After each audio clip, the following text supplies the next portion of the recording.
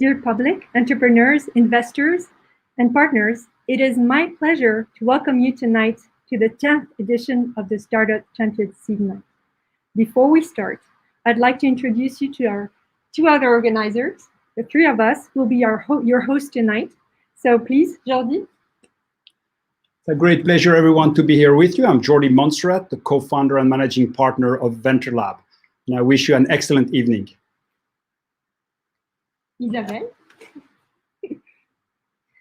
Isabel Casado from the VPI, working with startups in the Tech Launchpad.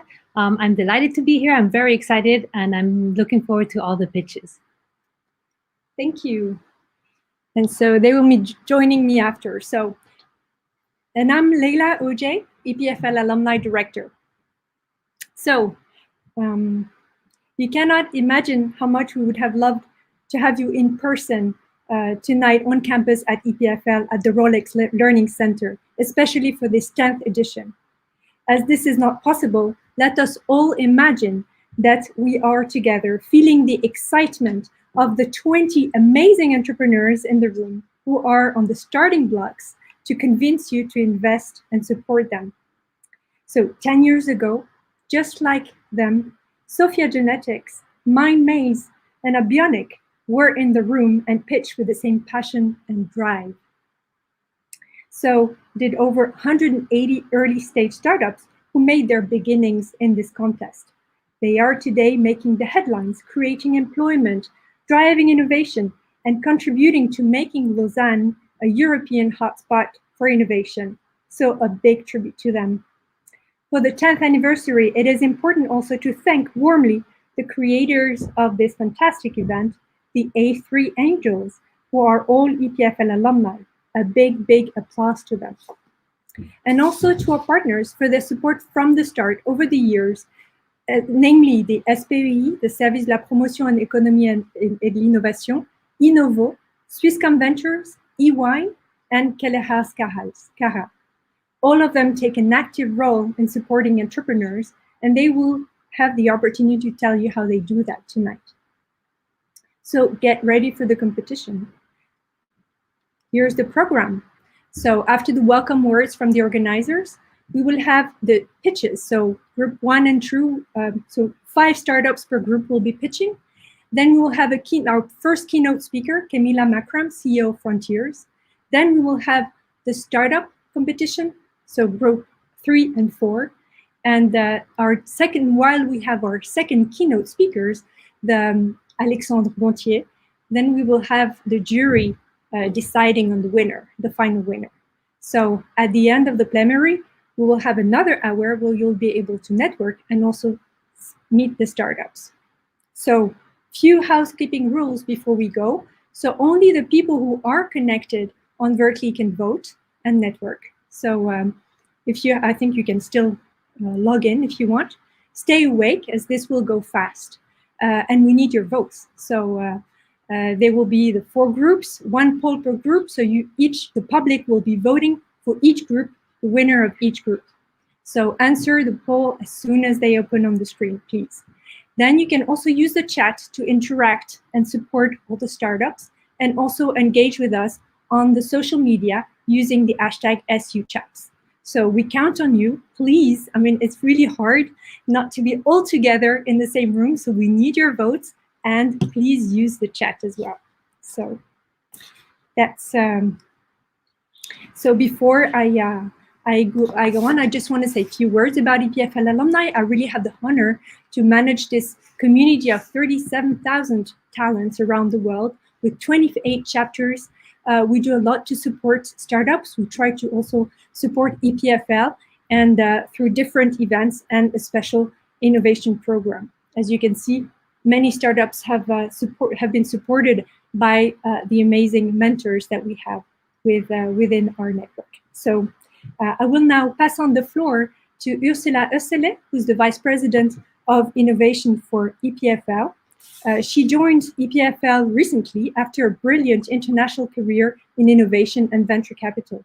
She's an EPFL alumna after completing her PhD in physics. Ursula, please, this is your turn.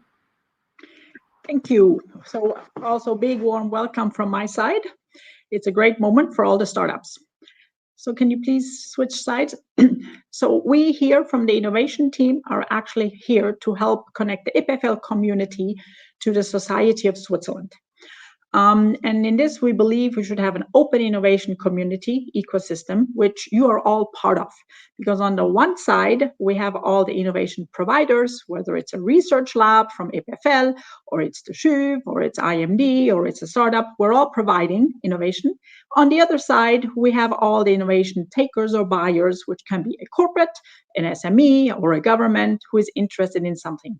And then in the middle are all the innovation enablers, whether it's all the mentors that are in this system or the venture capitalists or so putting the money.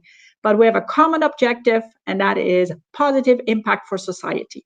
So I'm looking forward to really driving this open innovation community, and your contribution and participation to make it lively is very key. Next slide, please. So from an EPFL side, to support the startups, we have now converged a little bit the different programs to have two kind of key starting points. One is the student path, and the other one is the tech path. Let me first quickly talk about the tech path. The tech path is when, the EPFL community, there's some kind of great science or research that merits to become a startup.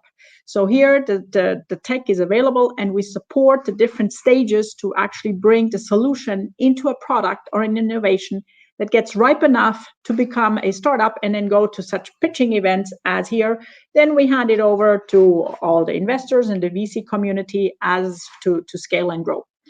On the other side, there are lots of people who actually want to become entrepreneurs. And this is where we have developed advancing the student path, where students who want to become entrepreneurs get soft skill training, mindset training, capabilities, whether it's design thinking, customer validation, whether it's team, whether it's some kind of business training.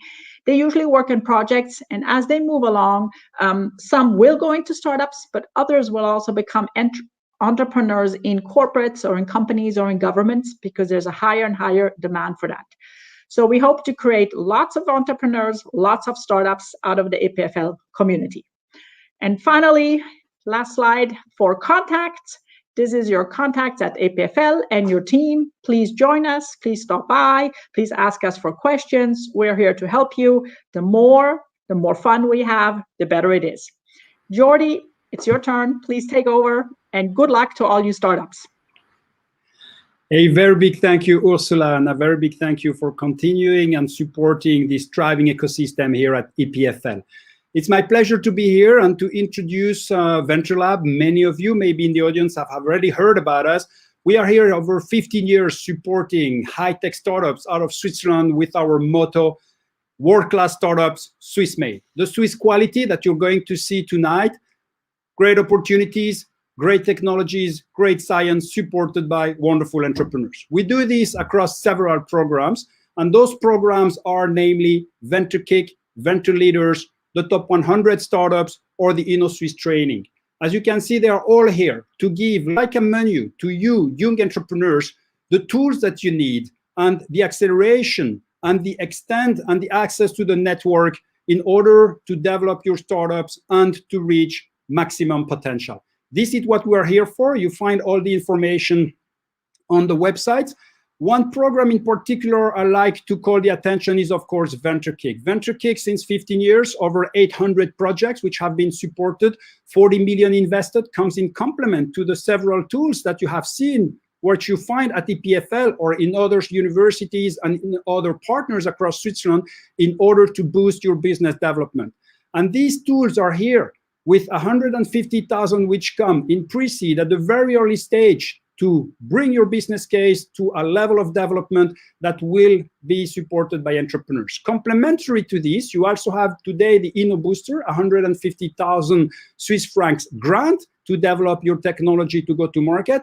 And in addition, if you reach stage 3 and you obtain stage 3, since the beginning of this year, we have the Kick Fund, which is here to add a potential 850,000 in investment into your company to put you in the best position to bring your startup to investor and to raise the necessary fund for the next steps.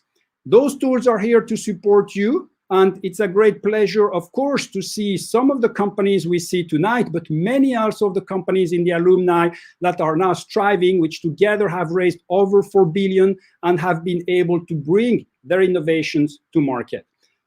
To continue, it is my pleasure now to introduce our sponsors, two of our sponsors for tonight, in particular, Raphaël Kuntz, a very active member of the support of the ecosystem startup from Canton de Vaud, followed by Patrick Barbet, who will be presenting the activities of Innovo. Thank you very much, Raphaël, and thank you subsequently, Patrick, for joining after Raphaël, for being here, for supporting us, and I'm happy to pass you the floor. Thank you very much, Jordi. Thank you to the organizers of this special seed night on a virtual, I would say, platform. We start to become quite used to that, but I think we would be more than happy to see you again, entrepreneurs, investors, in a real world where we can do some networking. So I would like to address you the welcome also on behalf of our Vaud authorities. We are very proud to be sponsor and partner for many years to this platform. And I would like to just mention what makes this event and platform so unique for us and for all the different entrepreneurs and partners. It's probably because all the stakeholders of our innovation and startup ecosystem are converging at the same time in one and single platform. Successful and promising entrepreneurs, academics with our MIT, our EPFL, very important to us for the Canton of Vaud, the community of investors with the presence in our region of many business angels, VCs, that I must say that we are very also lucky to have a very active community of business angels that really help to drive also the development of startups. Corporates, of course, as well as governmental agencies such as our Office for Economic Affairs and Innovo. So all the ingredients of a performing and successful innovation startup ecosystem are there. And that is proven every day by facts and figures. The international rankings of EPFL and our academic research institution, very recently the CHUV, is getting higher and higher. The number of creation of startup spin-off is increasing every year in Canton of Vaud. The number of scale-up is also increasing. I must say that Patrick will give you some figures, and this is also quite a unique place, Canton of Vaud, for scale-up companies, as it will be proved by Patrick. The concentration of talents is unique. The level of fundraising by startup and scale-up from Vaud is also the highest in Switzerland with the Canton of Zurich. Many innovative hubs are growing fast, such as drone and robotics, AI, machine learning, digital trust, and cybersecurity, food and nutrition. So what about the action and the contribution of the governmental bodies in favor to innovation, startup, and entrepreneurship? We are investing in Canton of Vaud roughly 15 million every year, 6 million through grants dedicated to SMEs and startups for innovation, market development, industrialization, and training of the technical and scientific staff. 600 projects from 300 different companies have been supported last year in a year where it was tough in regard with the pandemic. 8 million are dedicated every year to organizations that support innovation and entrepreneurship, such as Innovo, FIT, that provide direct loans, and the 6 technology parks in Canton of Vaud, which altogether integrates 600 companies and more, and represent more than 6,000 jobs only in these 6 technology parks, such as Biopole, EPFL Innovation Park, Aeropole, Y Park, and of course also the Atelier de Renan and the Micro Technology Center in Sainte Croix. In regard with the COVID pandemic, we have set up last year a program together with the Confederation to provide bank loans with a full state guarantee up to 1 million. More than 130 startups benefited from this support, and the amount of loans reached over 35 million in total. Vaud was clearly the most supportive canton in Switzerland. Finally, we have just launched a new fund of 50 million dedicated to support projects and programs, the financing of startups through the FIT, as well as the development of new hubs and innovative projects related to digitalization. As you can see, we are fully dedicated to innovation and startup in Canton of Vaud. But at the end of the day, what makes the difference is the entrepreneur.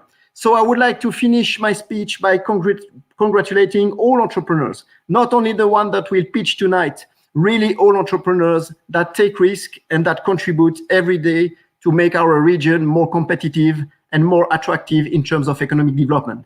Many thanks for your hard work and for making this world better. Thank you very much. Thank you very much, Raphael, for joining us. And I would like to pass the word now to Patrick. Thank you very much, Jordi. Good evening. It's really great to be here and to participate for the 10th time. Innovo is supporting startups, scale-ups, and SMEs, and also larger companies in their innovation projects. Together with the Foundation for Innovation and Technology, the FIT, and the Office of Economic Affairs, we are the access door to financing, coaching, hosting, and promoting your innovation. Our Scale-Up Vaud program is now counting 34 high-growth companies that correspond to 3,500 jobs created. And they show the potential and dynamism of our innovation hub. The latest round of NextThink of 180 million is an example of the steady growth of VC investments that reach almost 500 million Swiss francs per year in the Canton of Vaud alone. And now Innovo is also helping foreign companies set up in the region with fact-finding visits or help with work permits, for example. That means we also get interest from foreign investors who want to discover the Swiss ecosystem, and we see really an increasing interest from that group. We are a team of 16 people dedicated to support and accompany the entrepreneurs, so don't hesitate to contact us at innovo.ch or on Twitter or LinkedIn. And tonight, really, this is a great showcase of Vaud innovation with most startups that are supported by us in one way or the other. And I really encourage you to discover them and wish you great pleasure discovering the different pitches. Wishing you a great evening. Thank you very much.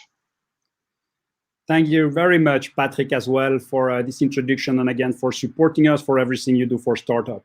And now we are entering the heart of our event, which means the startup. So let's jump into action and basically jump into the startup, which we will have tonight, which are presenting 4 heats of 5 startups, which will compete first to get to the final. And you see here the rules, 90-second pitches. Each winner will get the public vote, and we are now going to explain in details how this public vote works in order for the finalists to be selected and for our jury, which we will present at the end of the session, our jury to select who is the big winner of our final of our event today. Now, of course, at the start, already the congratulations to all of the startups. Remember, it's not about winning tonight, importance about making sure that you connect to all the investors which are here in the room, but to also all ecosystem partners. How is this going to work? On your left side, you can see that you have the small poll button. So make sure that this poll button is open for you so that you can see the results. When we will launch the poll, basically, you will be able to answer. So we are now going to run a small test in order to make sure that everything is proper for you and that you can vote for tonight. And with this, that would be tonight the 4 groups every time there will be a poll. So here now, when you see on the screen the test, you make sure that you choose your answer, and you see that we have a question for you tonight. It is, last year, 2 billion were raised by Swiss startups. How many do you think that we raised this year? Do you belong to the people who are worried and pessimistic? Do you belong to the people who are very optimistic? I could add the question, how much only from venture key startups? And you see me voting as well. So I make sure that I am voting properly in tonight's event. I am repeating the platform with you, and I can see that actually many of you are taking the middle way, even if several of you are actually moving forward and thinking that, yes, we should reach the 10 billion. I hope that will be the goal for tonight.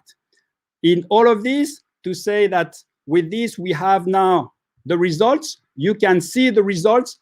I definitely aim for the 3 billion that we will have, or maybe even the 10 billion. This is the testing. Thank you very much, all of you, for voting. And you see how it's going to work with the startup.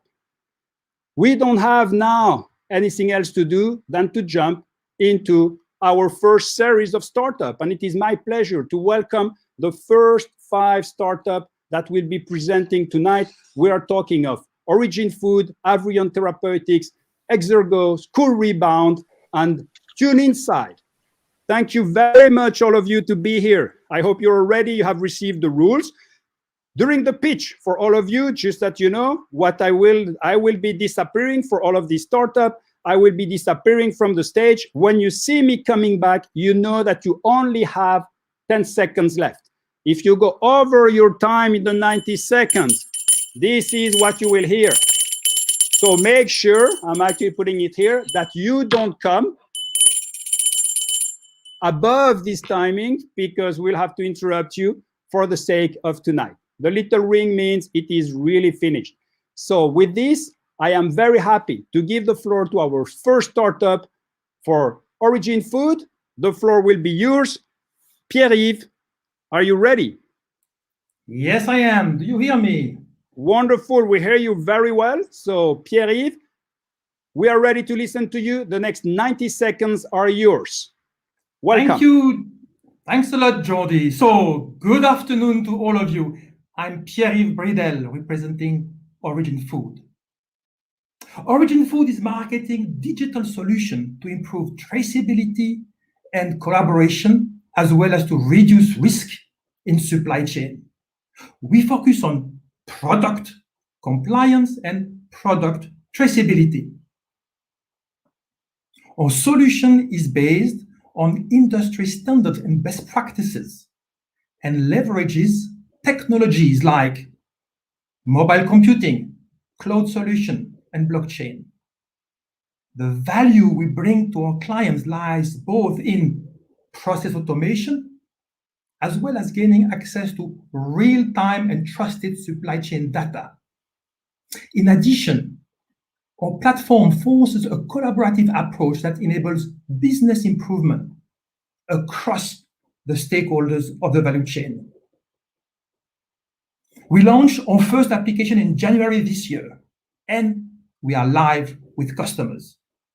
The feedback from our current and prospective client is extremely positive. Now, Origin Food aims to raise capital in the order of 400,000 Swiss francs, with the intent to accelerate product adaptation to new industry and strengthen our commercial team.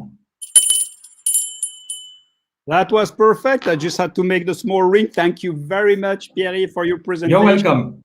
And of course, I can only wish many votes for you, as well as for the next team we'll be welcoming. It's a pleasure to welcome now Maximilian from Everyone Therapeutics. Welcome, Maximilian. How are you doing tonight? Can you hear me? Yes, we hear you very well. Doing well? Excellent. Ready for the 90 seconds?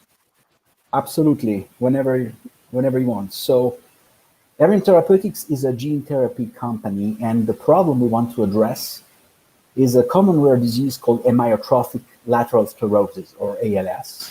ALS is a devastating disease, and every 90 minutes, someone is diagnosed or someone passes away from ALS. The disease is caused by loss of motor neurons, resulting in paralysis and death. And there's no cure for ALS. So the life expectancy of ALS patients is between 2 to 5 years. Now, among the 250,000 patients living with ALS, some of them have specific mutations leading to the disease. And we can address those specific mutations with a gene therapy approach. And the first we address are those with the SOD1 mutation. So at the core of our value proposition, we have a bicistronic gene therapy platform, which allows the selective co-targeting of 2 central nervous system cell types, the astrocytes and the neurons. And out of this platform, we have developed a first candidate product called AVR001 to target ALS with mutations in SOD1.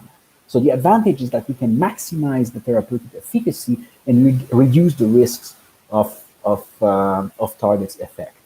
What is also interesting is with this dual approach is that we can address other subtypes of ALS and other neurodegenerative disorders.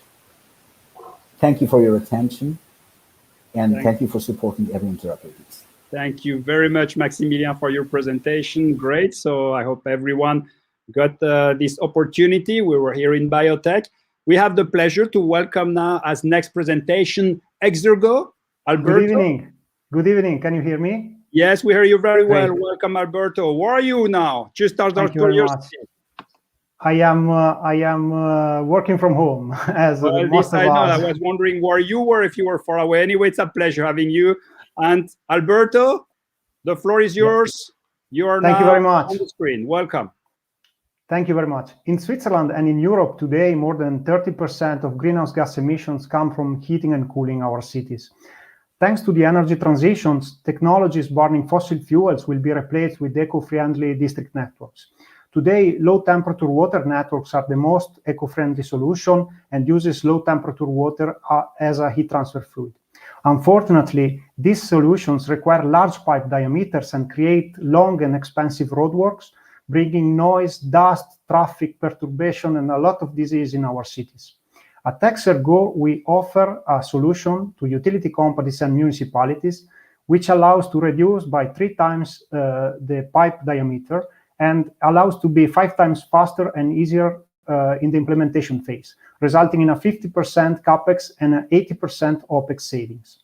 By using CO2 instead of water in a closed circuit, Exergo enables simultaneous heating and cooling at maximum efficiency. Thanks to market-available heat pumps and other plug-in equipment, our technology is market-ready.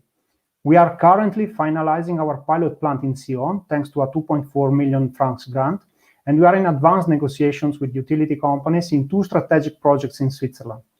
Internationalization is also a way to go, and we have closed a deal to deploy our technology in the Middle East. We are today closing a 1.5 million franc seed round for a 7 million pre-money valuation, and this will be closed on September 30 this year. Thank you very much for your attention. Thank you very much for your pitch. It's been a pleasure welcoming you, and that was our company, Exergo. To continue this series, we have the pleasure to welcome Thibaut from School Rebound. Welcome, Thibaut. How are you doing? Thanks. I'm doing well. Thank you. Wonderful. So I think that you are all ready for the next 90 seconds, all popped up. So let's jump into action, and we are listening. If, just like 25% of children you are at school with handwriting difficulties, your life will be a pain. Your life will be a pain since handwriting is a central aspect in a lot of activities. Consequence of that, there is a great correlation between these difficulties and failure at school. One of our goals at School Rebound is to detect these handwriting difficulties the earliest possible in order to provide the most effective remediation. For that, we developed an handwriting test on an iPad. On using this iPad has the great advantage that it captures the dynamic of handwriting. Contrary to the current tests that are conducted on paper, where you just have access to the final static information, an image if you want, with the iPad, you can capture all the process that leads to this image and that contain way richer information. So with machine learning, we can get a complete handwriting analysis of any child in any language in less than 30 seconds. And as you can see in this slide, handwriting difficulties vary from one kid to another. So instead of providing the same remediation to these 4 kids that have totally different type of handwriting difficulties, we propose a personalized remediation. For that, together with more than 50 therapists, we develop several remediation activities that target specific aspects of handwriting. One activity for the pressure, the tilt, the shakiness, the dexterity, the precision, and so on. So with School Rebound, every kid will have an early, fast, reliable, and personalized remediation. Thanks for your attention. Thank you very much, Thibaut. It was a great pleasure listening to you. So we jump to the final presentation tonight with Tune Insight. This will be the 5th presenter of our first heat. And Juan, I hope you're hearing me well. Yes, I hear you. Can you hear me? Yes, we hear you very well. Thank you for being here tonight. Are you ready for the next 90 seconds? All set, yes. Wonderful. Then the floor is yours. Today's organizations are heavily data-centric. More than 56% of the companies in the enterprise data and analytics market acknowledge that their own data is not enough to make critical strategic decisions, and they plan on expanding their ability to source external data. But this is prevented due to risk of data leaks or because of data privacy concerns and regulations. TuneInsight B2B software enables secure data collaborations between a network of organizations, empowering them with valuable collective insights from always protected confidential data in the whole network, while they remain in full control of their own data. This is possible thanks to the use of a state-of-the-art technology, efficient and scalable multi-party homomorphic encryption that we have researched and developed at the EPFL Laboratory for Data Security. Applications are countless, and during last month's incubating at EPFL, we have produced a fully functional pilot enabling better personalized medicine, tested and deployed at Swiss university hospitals. We received 100,000 francs of non-dilutive funding through an EPFL InnoGrant, and we are working since September 2020 on 2 proof-of-concept prototypes in cyber defense with Arma Suisse and in insurance with Swiss Re. Both POCs are paid by customers for a total of 400,000 francs. If you're interested in knowing more about our solutions or want to participate in our upcoming seed round, do not hesitate to drop us an email to contact@tuneinsight.com. Thank you for your attention. Thank you very much, Pablo. It's been great listening to you. It was sharp and to the point.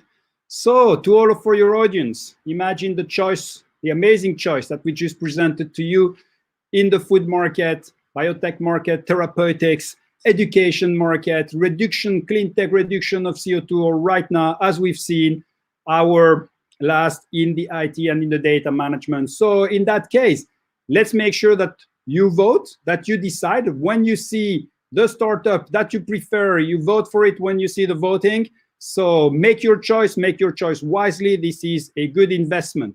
I am voting at the same time that you are doing it. So let's see with whom I would like tonight to make my investment, and let's see tonight who will be chosen. We can see that all of the startups are attracting quite a bit of voting. There is some lead right now that is going on.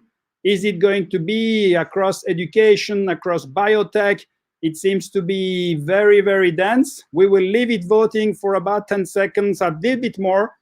And at some point, we need, of course, to close this voting, and we can see that for this session, congratulations to School Rebound. School Rebound seems to be the winner of tonight. It's a pleasure. Thibaut, congratulations. You are the first selected company, School Rebound, first selected company to go to the final.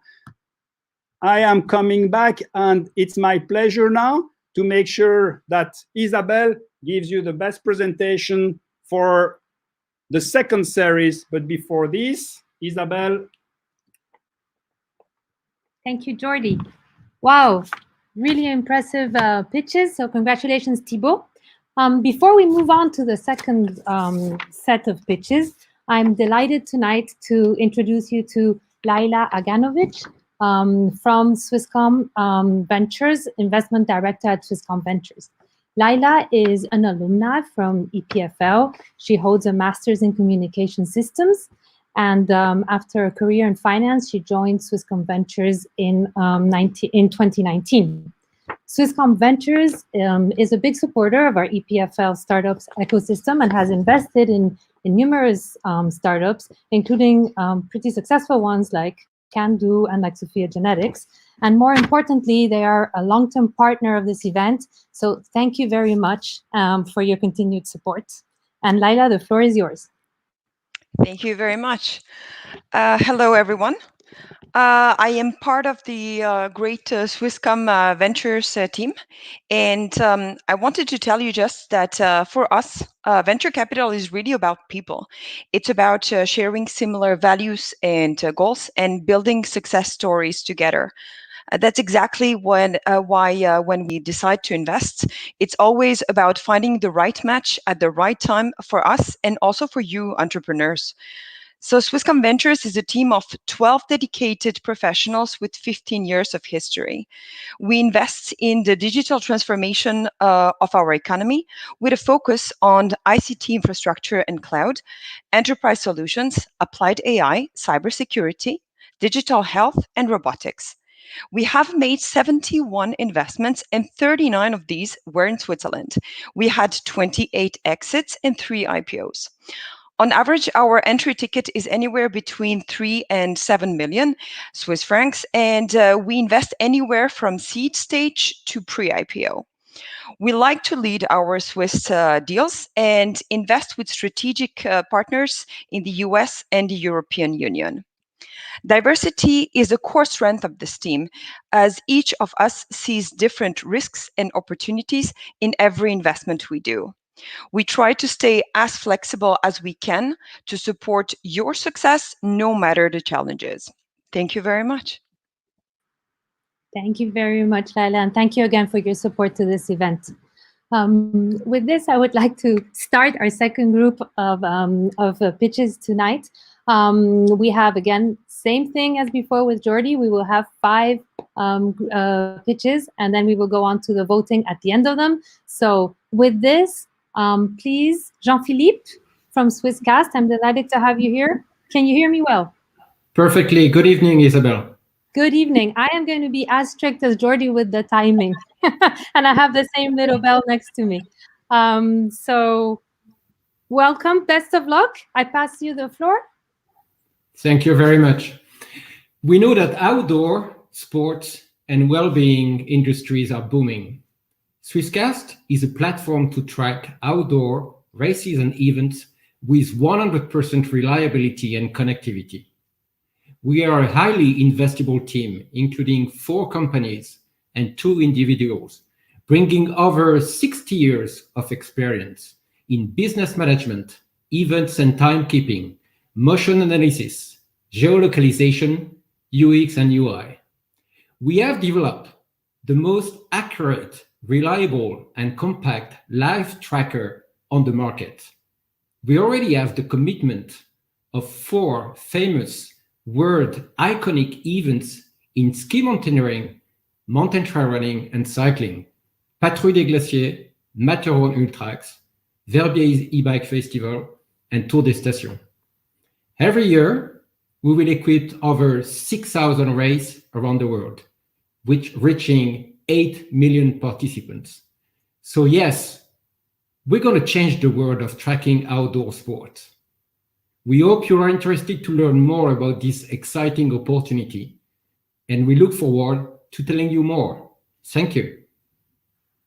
Thank you very much. You were right on time, and we all cannot wait for all these sports events to pick up again and to go and cheer all our sportsmen in Switzerland.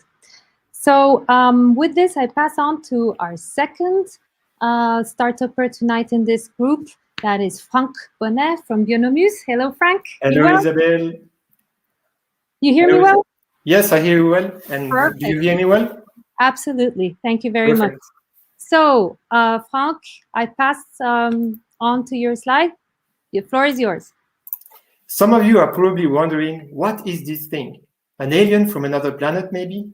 Actually, this is the embryo of a fish that is developing inside its egg. It is a zebrafish, an adopted model animal commonly used in research.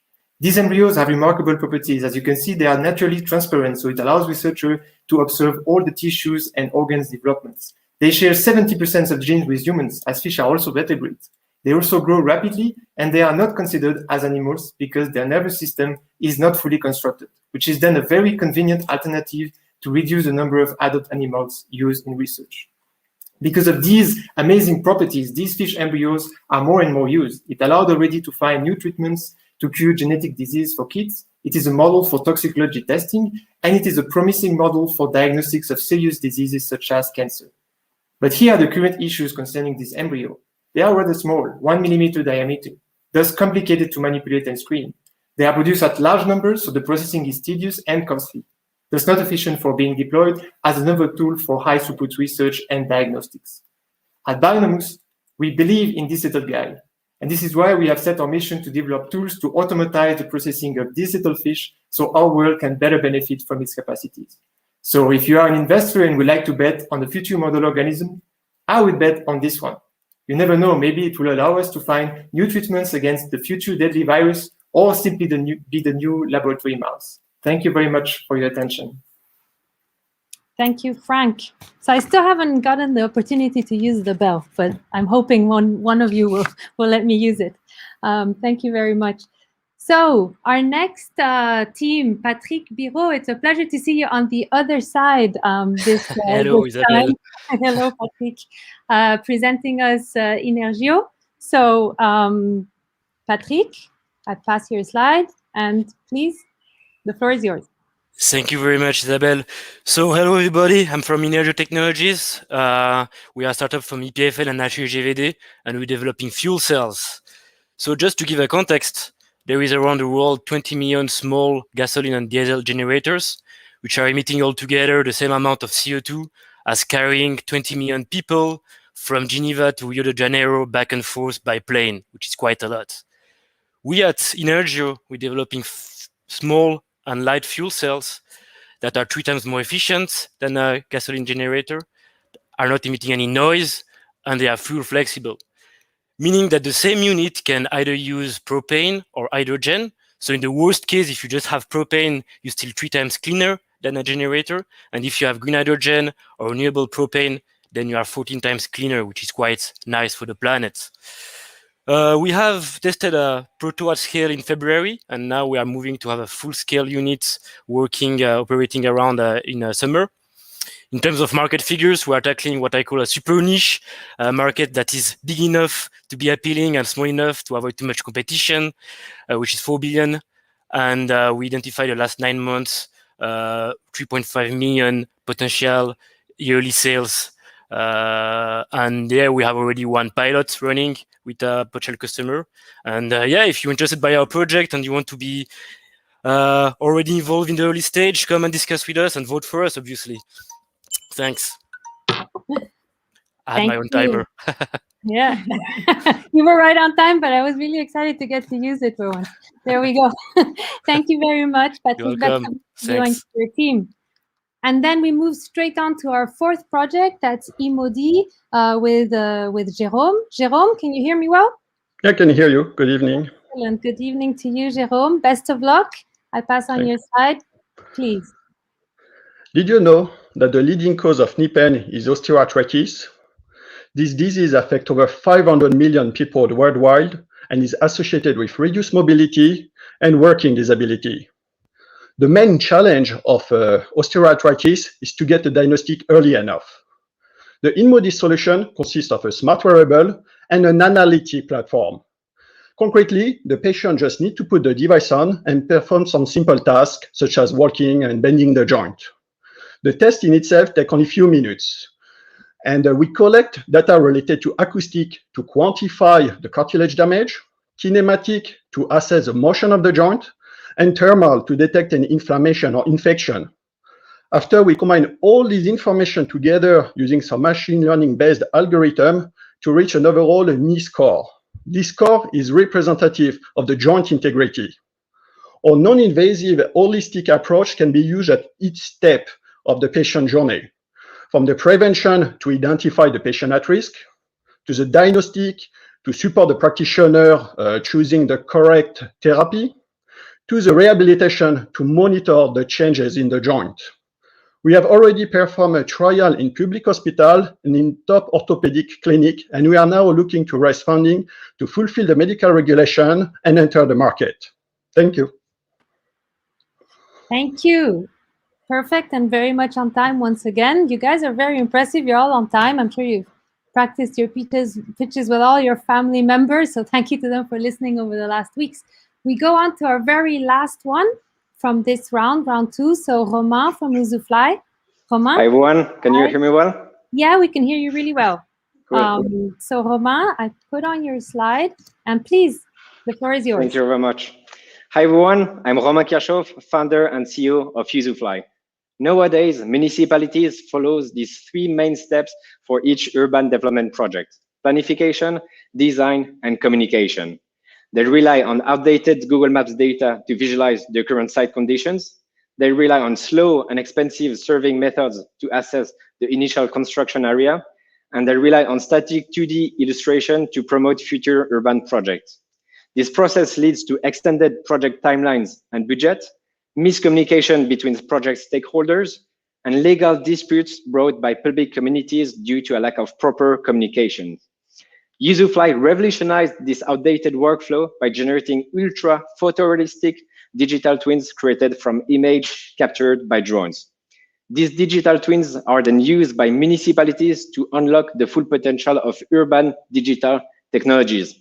They have access to recent and highly detailed data of current site conditions. They can even integrate 3D design options. They can share technical sites condition instantly to help architect firms design their urban projects. And they have a fully immersive 3D environment to promote urban projects in dynamic videos. UserFly brings the urban development industry into the digital era. Thank you very much for your attention. Thank you very much. That was right on time. And so now, same as for the first one, same as Jordi explained before, it's time to vote. We had, once again, a very varied projects. We had projects with medtech, we had projects in sport, we have projects in energy, we have projects in drones. So we will now launch the vote, and please, we count on all of you to vote. I'm actually going to vote too. There we go. Do we see one coming out? Ooh, it's pretty tight, so continue to vote, continue to vote. It was great pitches, so I'm not surprised that it's a tight one amongst everyone. I see it's still moving a little bit. There, we seem to have one winner. I'm leaving it because it's really very, very tight. I close it now, and congratulations to Patrick from Energeo for winning this one. It was a very close one, but congratulations to you, Patrick. And with that, that was our second one. I pass on to Leila for the next group.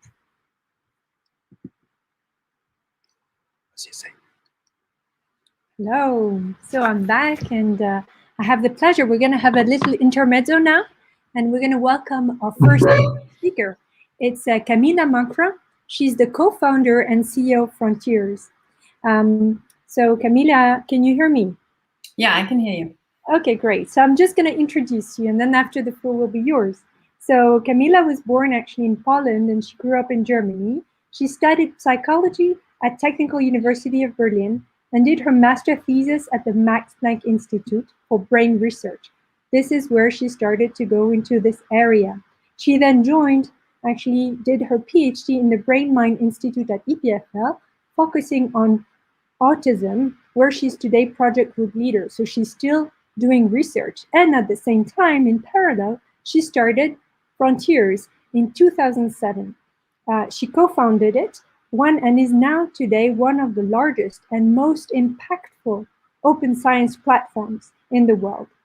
And her mission is to make science open for the benefit of humanity. So Frontiers is over 800 employees, 1 billion views article already, 14 years after its creation. So let's hear about this amazing story, Kamila. Thank you. The floor is yours. Thank you so much, Leila. And wow, it's a great pleasure to be here and to listen to all of these amazing pitches. It's a lot of fun to vote. I'm glad I don't have to pitch, but it almost feels like it. So let's get started. If you put up the slides, I do get a few more slides than all of you. So last year, if you go to the next slide, last year, the COVID emergency actually achieved the absolutely impossible in science. It opened up the scientific literature. Last year, more than 280,000, if you go to the next slide, more than 280,000 coronavirus research articles were published. And by mandate of the White House, supported by various other organizations, these were all brought over the subscription paywalls and made accessible to the entire world, freely and openly. And that strategy worked. It triggered a lot of collaboration, and it delivered solutions. It delivered effective treatments, and it delivered the vaccines for COVID in a record time, never seen before in human history. But what was then rightfully achieved for COVID actually still needs to be achieved for many other research areas. Cancer and cardiovascular diseases, for example, kill nearly 30 million people every single year. And the vast majority of this research is not yet made open. It's behind paywalls where many researchers and innovators just can't access it. So the story of frontiers is linked to this. I experienced this during my PhD at the EPFL as well. And it's connected to one of the first research articles that I published on autism, which you can see here to the left-hand side. On the right-hand side, you see us in action in the lab together with my husband, Henry, with whom I started Frontiers.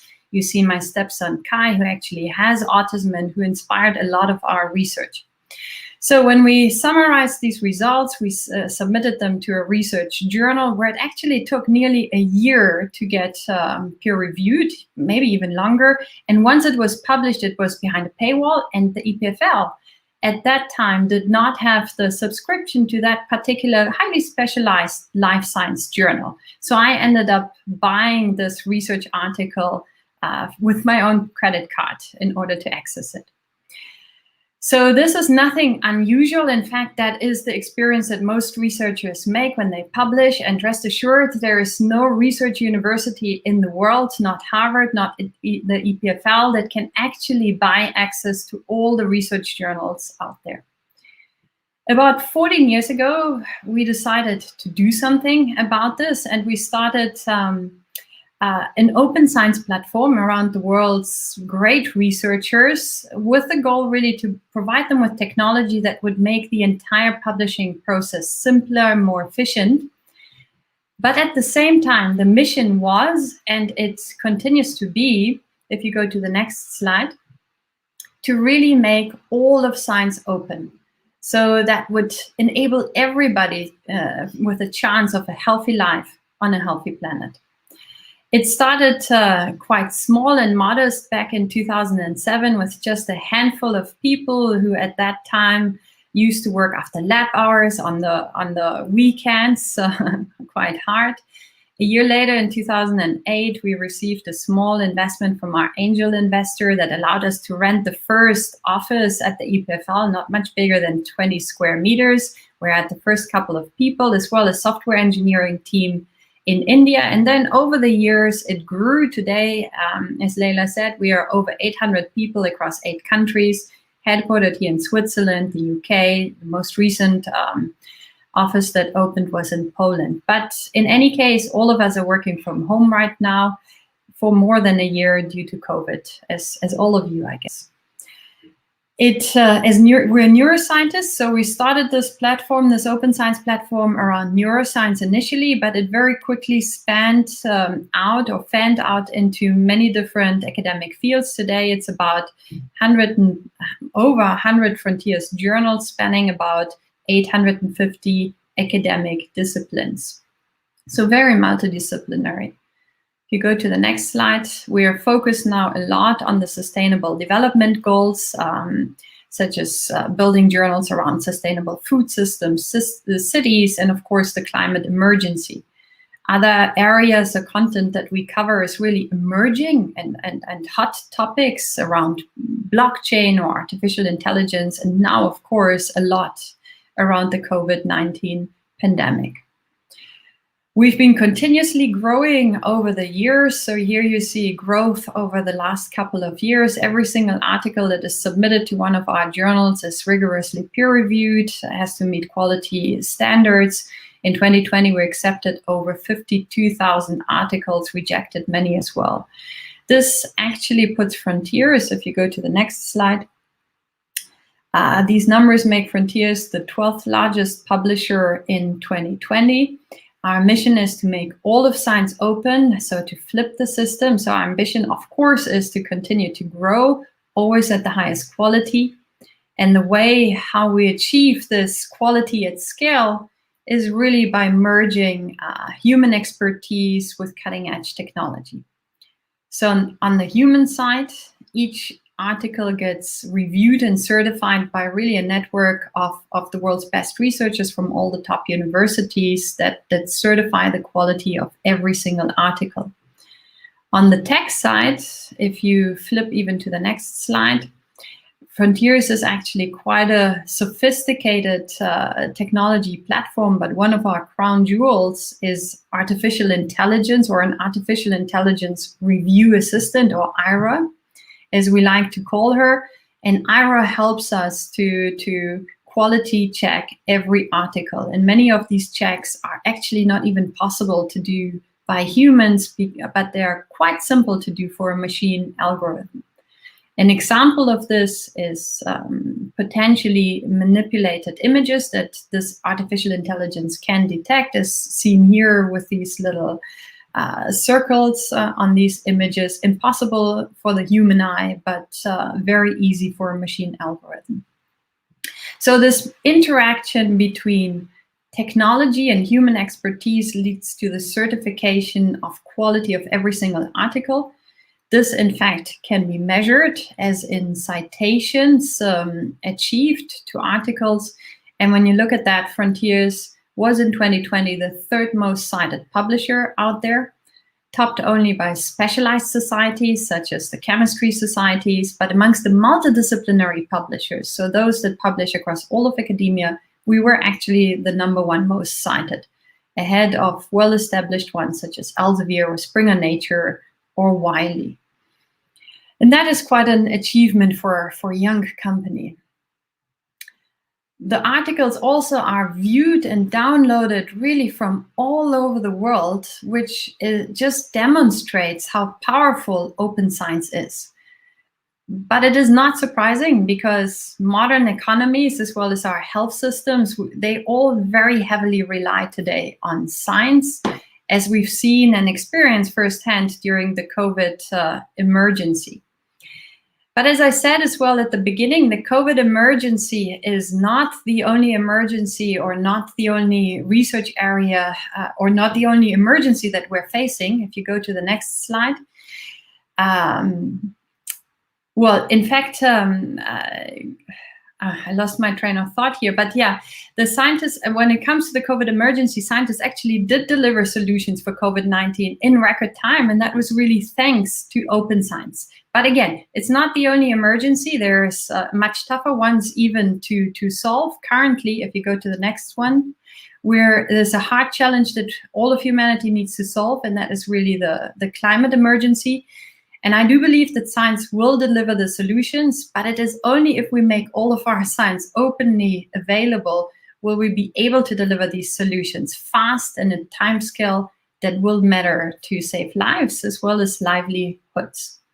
So thank you very much for listening, and I'm looking forward to discuss with you. Well, thank you, Kamila. This is fascinating, and the impact that you're having with this platform. And I just wonder, actually, when back in 2007, when you started actually Frontiers, did you imagine you would get to that point? And what have been actually the key milestones and successes?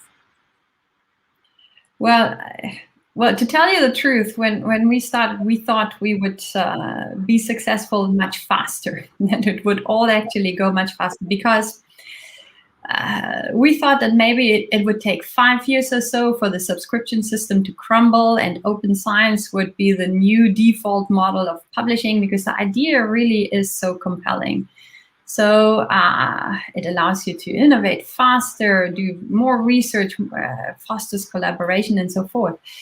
But I think what we underestimated, and what every young entrepreneur underestimates, is the stickiness of the system and the resistance maybe to change. It requires more than one single company to be successful. It requires an entire ecosystem to buy in, universities, funders, even governments to switch the system. And that's a long and probably lengthy process. But I think that's the probably true for any type of system, or for any of these ideas that we heard today. I think, like what really makes or breaks it, or what makes companies successful, is to be able to articulate your ideas very clearly. Whether you're a young PhD student or a young entrepreneur, I think it really boils down to having a very clear goal and being able to articulate as well the deadlines, put it into measurable goals as well, and then really break it down into very small steps. That is something that we are completely obsessed about. Mm-hmm. Okay, thank you. And just a quick, you've already given one advice, but I just wonder, how do you manage actually to continue to do research while being CEO of such a big company now? And any advice to PhD students who are considering, for example, launching their startup based on their on their research? Well, look, when we started, much of this was happening after hours, after lab hours on the weekend. So it's really hard work, and it requires quite a lot of endurance, very little free time. I transitioned at some point in time. I'm actually no longer a researcher. I run Frontiers, and it has been a very difficult decision for me. But, at this stage, it really is no longer possible. But yeah, I think everybody knows that already, who's sitting out there, that they're working hard on very free little personal time, particularly when they started off. All right. Well, thanks a lot. This was really amazing, and good luck with Frontiers. And now I will pass on the floor to Jordi. Thank you. Thank you very much. And I'm back. I'm back because we are continuing the next series. But before this, it is my pleasure to introduce another supporter of tonight, which is Kelleher. All of you startups, you need support. You need the best support, particularly when it comes to legal. And actually, that's why we have the pleasure to have tonight Alexandre. Alexandre, thank you very much for joining us. And thank you very much for everything you do for the startups. Thank you very much, Jordi. I hope you can hear me. My name is Alexandre. I'm a partner with the law firm Kelleher. I'm heading, the startup practice for the French-speaking part. Very happy, very honored to be here. It's always great. We've done that in the previous years and a lot of good pitches. So thank you very much. A special thank to EPFL and to Venturelab for putting up this event, because it's a complicated time, and thank you. We're very happy to be here. You might know that as lawyers, we don't have the tendency of being very brief, and we don't really like having a limited period of time to speak, but I will try to stick to the 90 seconds that I have. And just to tell you that I consider myself as very lucky, and that's the same for my friends and partners at Kelleher, because we discover new projects every day. That's almost every day. That's the case for tonight, for instance. We can exchange with founders. We can try to fix situations when we can, helping fundraising, helping startups exiting. So if my work is great and my life is great, it's thanks to you, the startups, the founders, all the investors in the ecosystem. So that's for me the opportunity to say thank you to all of you. Wish you all the best and good luck for tonight and for your journey as a startup, in this venture. That's really great. And as Raphael said, you bring a lot to this world. So congratulations and thank you for bringing new ideas and good things to this world. We need it. So enjoy, and thank you very much, Jordi. Thank you very much, Alex, again. And so, yes, great pitches, which is what we continue. We're entering the third heat. And for this third heat, 5 more startups, 5 entrepreneurs here: Biopsomic, C-Square, Clean Motion, SoundMap, and Amiquam. This will be the 5 next startups that will compete now. And the first entrepreneur is ready. We welcome Lauriane. Lauriane, do you hear me? Yes, I'm ready, Jordi. I'm Julian, by the way.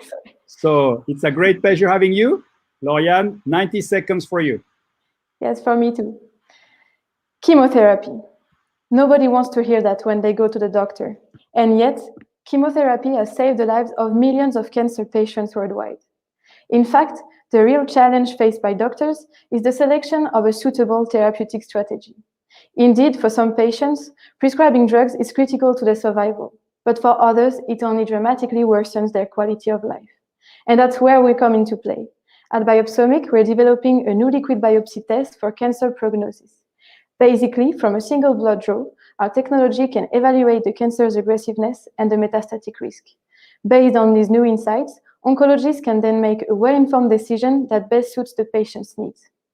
Our innovation is relying on the use of specific biomarkers located in exosomes. Exosomes are tiny nanovesicles that circulate into our bloodstream. But more importantly, they play a key role in tumor progression, and they provide our prognostic score with a high-quality biological signal. Unlike other solutions that do not leverage the perks of exosomes, we are not invasive, and our test can exhaustively characterize the disease at any stage. Today, we're open to seed funding discussions, so if you want to help us deliver this breakthrough approach to patients, my name is Julian Derbo, and let's get in touch. Thank you. Thank you very much, Julian. Brilliant, right in time. So it's a pleasure having had you. And now we jump to our next startup into the computing world. It's a pleasure to welcome C-Square. Dermot, I hope that I pronounce your name right. You absolutely butchered it, but there's no problem. Just call me D. That's absolutely fine, please. Thank you very much for your understanding. I was worrying all night about this, but actually now it's the most important. C-Square. Tell us more about it. The next 90 seconds are yours. Thank you, Jordi. AI is exploding. It's very compute intensive and expensive. Data scientists have to fill many roles at once. AI as it is today will increase the burden on the environment. To address these challenges, we built C-Square, the affordable, sustainable AI platform which runs on dedicated zero-emission HPC clusters. The C-Square platform is for data scientists and data engineers collaborating to push the boundaries of machine learning, in particular, deep learning training. We covered the entire spectrum, our state-of-the-art supercomputing infrastructure and our software specifically designed with the needs of the AI community in mind, delivered as a service, ensuring data scientists and engineers can focus on where they add value while C-Square does the rest. Incorporated in Lausanne in January 2021, we deployed our first production cluster in April in the north of Sweden, where I am at the moment and where the heat is already being reused, and break through 10K monthly recurring in May after onboarding our first customers. We've raised 450K to date, and now we're raising 2.5 million to expand the amazing team, increase awareness, and deploy more clusters. Join us at C-Square on our mission to democratize sustainable AI. Thank you very much for this presentation. So we have now the opportunity to democratize AI, as we heard. So we are jumping to our next opportunity, and we welcome Alex. Alex, I should be pronouncing right, but again, most important, Clean Motion. Alex, do you hear me? Yes, Jordi, can you hear me? Yes, everything is good. Sound check. So now, Clean Motion, we're listening. Okay, great. Good evening. So we know infectious diseases can be spread by indirect contact, such as touching a contaminated surface, for instance. Well, it is well known today that door handles, especially the ones in high traffic areas, are an important threat for transmitting all sorts of viruses and bacteria. At Clean Motion, we reduce cross-contamination risk with our unique and innovative self-disinfecting door handle. Well, how does it work? Well, after the user engages a handle, a disinfecting ring swipes the surface back and forth and spreads a thin film of disinfectant. This patented technology eliminates more than 99.9% of bacteria and viruses immediately after each use. This guarantees a clean and safe to use handle for each user without any habit change. So our device is meant for high traffic areas where hygiene is important, such as medical facilities, offices, industrial sites, and public buildings to protect employees and the public. So we have launched a few tests among key customers, and we have promising results and great interest. I'm Alex Horvath, CEO and co-founder of Clean Motion, and our vision is to improve hygiene standards with innovative products. Today, we're looking for investors to launch our first hygienic handles on the market and help us become a global hygiene standard. Thank you. Thank you very much, Alex. So now we have an opportunity, and thank you for your contribution in our crisis. Here is Clean Motion. The next presentation, we're entering SoundMap. Welcome, Maël. Good evening, Jordi. So it's a pleasure having you, and we're ready to listen for the next 90 seconds about SoundMap. Thank you. Good evening, everyone. Did you know that more than 40 million people in the world are fully blind, and 3 million in Europe exclusively? It is very hard for a blind person to understand his environment. That's the reason why they would typically use white canes to avoid near obstacles, apps and cameras to find the nearest objects, or belts to get navigation instructions. All these devices offer very limited feedback and require a long training. Yet, we live in a world where a computer can autonomously drive a car on the highway, and no comparable device solves all these tasks to give a blind person a clear understanding of his surroundings.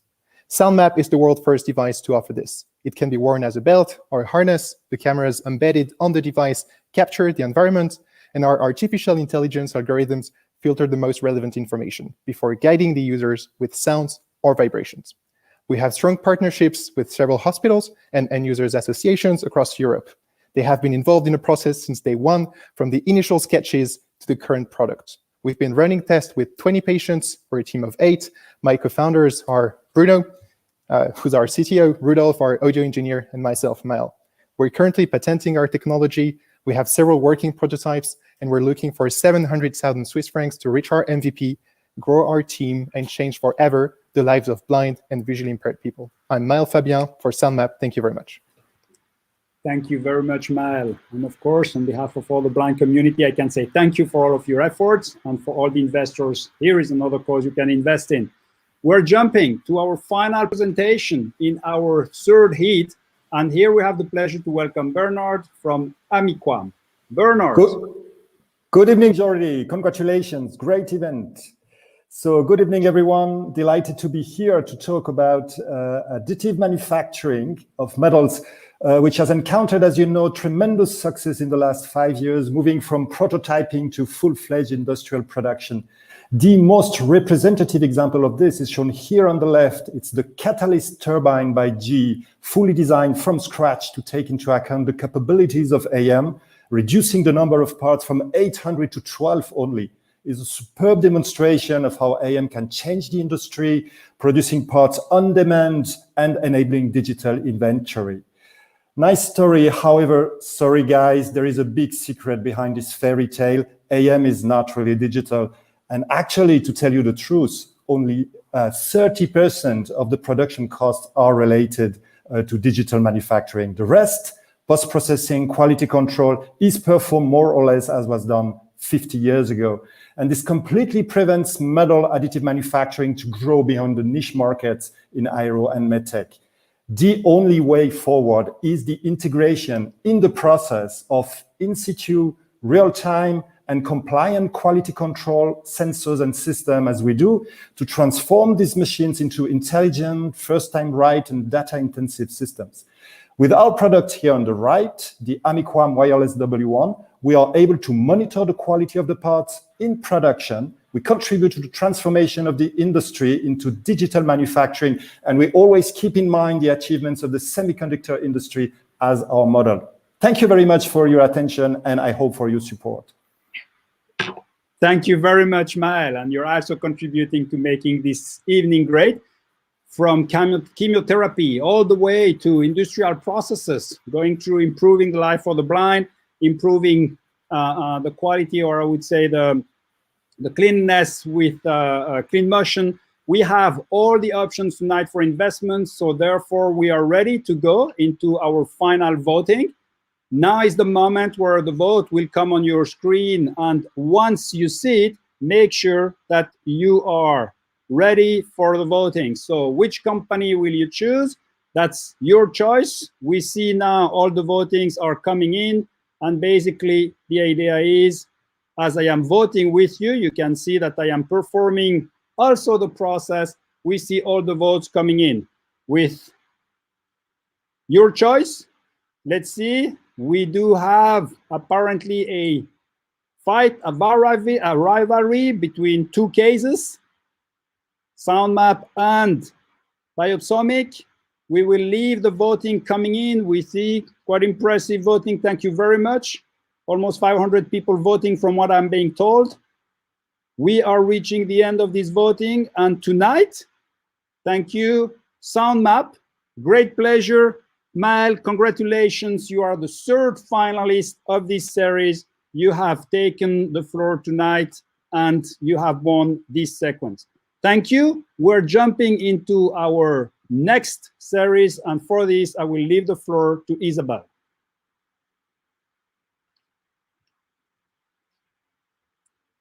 Thank you, Jordi, and congratulations once again for all those wonderful startup pitches. So before we move on to our very last round and series tonight, we'd like to welcome Mark Hawkins from EY. I do not need to introduce EY, but I would like to underline how supportive EY is of startups. And they actually started their EY Entrepreneur of the Year Award in 1986. So they have been supporting startups from the very, very beginning. It's an amazing competition that really opens the doors to a very large network. So thank you very much, Mark, and thank you for your support to this event. Yeah, my pleasure. Thank you very much. I'm very proud and privileged to work to be a partner at Ernst & Young. And it's fantastic to take part in this event. I must admit, the ecosystem, the support, the infrastructure for entrepreneurs, for startups in VO is exceptional. Ernst & Young is a global firm, so we see ecosystems and infrastructures around the world. And I must admit, it really stands out here. So it's a pleasure to be here. Ernst & Young with 3,000 people in Switzerland, 300,000 people across the globe. We help businesses with their strategy, raising capital, restructuring. We help on the consulting side with technology, performance improvement, risk, and on the compliance side with tax, legal, and audit. For us, we work across the whole stage of startups from the early stage, maturing, exit strategies, or established companies. Locally, I heard Sophia Genetics mentioned earlier. That's one of the local companies we've worked with, AC Immune, also here in Ecublon. Internationally, we work very closely with the world's first biotech company, Genentech, Apple, you've all heard of, no doubt. So we have a long history and we work locally and internationally. Why do entrepreneurs matter to Ernst & Young? Well, they come up with new products, new services, new ways of working, new business models, new sectors even. And what does that do? That generates jobs, it supports communities, it helps build prosperous societies. And that's aligned with our mission, our purpose as an organization, which is building a better working world. And we have a series of international programs that we roll out also in Switzerland. Isabel mentioned Entrepreneur of the Year. We also have the Startup Academy. We have the Women's Entrepreneurial Winners. And one I'm particularly proud of is EY Ripples. Ripples is a program where we help growing startups that are helping meet the United Nations Sustainable Development Goals. And we help them in building up their resilience, their operations, raising capital, and rolling out, particularly in environments that don't have the fortune to have all the infrastructure we have here in EPFL and in VO. So that's a short introduction of Ernst & Young. I'm very proud and pleased to be here. I'd like to wish all the contestants good luck. It's great to hear from you all and hope to speak to you soon. Thank you. Thank you very much, Mark, and really thank you again for the support to this event and overall to startups from Ernst & Young. So with that, we can now start our very last round of pitches. So I will welcome Alitea Daniel. Hello, Isabel. Hello, Daniel. You well? I'm very well. And you? Okay, absolutely. I'm really impressed with all the startups we're having tonight, so it's very exciting. So Daniel, put on your slide and the floor is yours. We're good to go? Absolutely. Thanks a lot, Isabel. Thank you. I guess today everyone heard about the PCR, a gold standard for massive COVID testing. It's ideal for detecting one gene in the millions of test samples. But for in-depth sample analysis, the PCR is not really suitable. Humans have 25,000 genes, and in every sample, only a fraction of them will be active. So to better understand the cause of the disease or how the drug works, we need to measure the activity of as many genes as possible. A technology called RNA sequencing makes it possible to test all the genes in a sample at once. But currently, it's very expensive and very laborious. So for a pharmaceutical company testing over 1 million of compounds every year, this solution is absolutely unrealistic. At Alitae Genomics, we developed technology reducing tenfold the cost and the time of RNA sequencing. With our solution, research centers and pharma companies can finally test all the genes in the multitudes of their samples. By providing RNA sequencing at the cost of PCR, we enable the researchers to turn their samples into actionable data for insightful discoveries. Our mission is to revolutionize biomarker research and drug development for better healthcare and faster cure. We are launching our seed round to develop next-generation products and scale up operations. And if you are interested, please get in touch. Thank you. Thank you, Daniel, right on time. And thank you for that very clear pitch. So thanks, Isabel. Thank you. With that, I am happy to welcome Margot from Enerdrape. Margot? Hi, Isabel. Hi, Margot. You ready? Everything, you can hear me well? Yeah, and you? Yeah, absolutely. Excellent. Perfect. On your slide, and the floor is yours, Margot. Thank you. 80%, that's the amount of energy that our buildings need for their heating and cooling. Renewable electricity is for sure a part of the solution, but this alone is not going to supply all our needs. That is why supplying renewable heating and cooling is actually where the fight against climate change is going to be won or lost. Enerdrape provides the first modular, scalable, and easy-to-install geothermal panels that allows to capture renewable heat from underground environments. Thanks to our patented technology, we are able to turn any kind of underground infrastructures, new and existing ones, into renewable energy supplier for the heating and cooling needs of buildings. And this just by installing our panels on the walls of such infrastructures. So far, and thanks to our supports, we have prototype, proven the tech, talked to customers, and sharpened the business model. And our first pilot is now down the road. We will open soon our seed round to support pilot deployments and prepare the product for the market and its pre-industrialization. Our objective is to turn our geothermal panel into the next solar panels in terms of scalability, penetration to market, and sustainable impact. At Enerdrape, we are on a mission to unlock the energy potential that lies underground, just beneath our feet.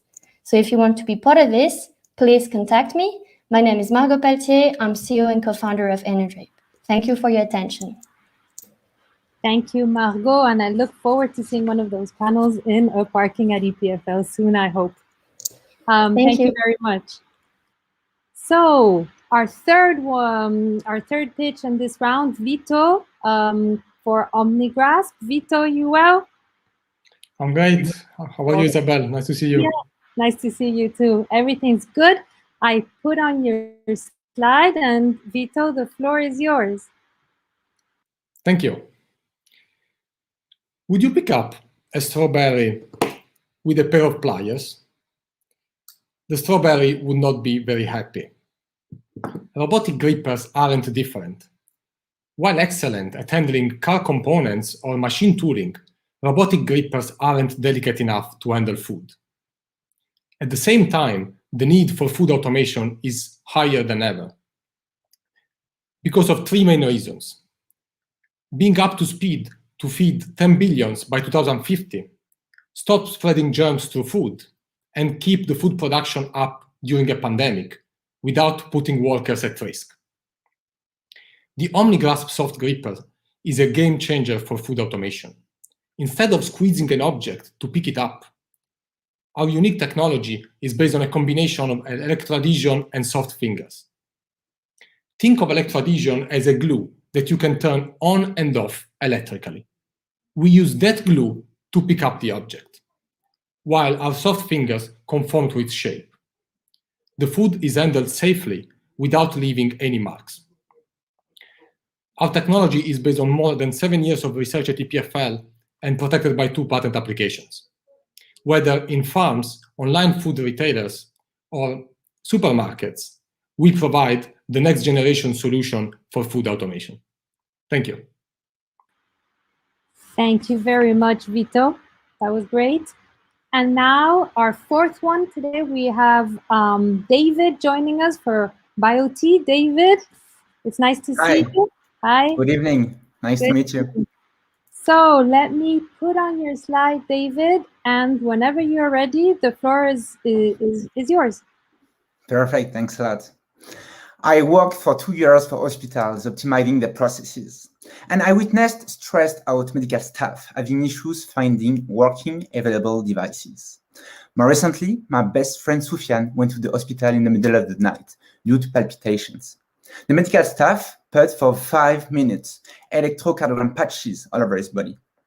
However, it was impossible to launch the analysis.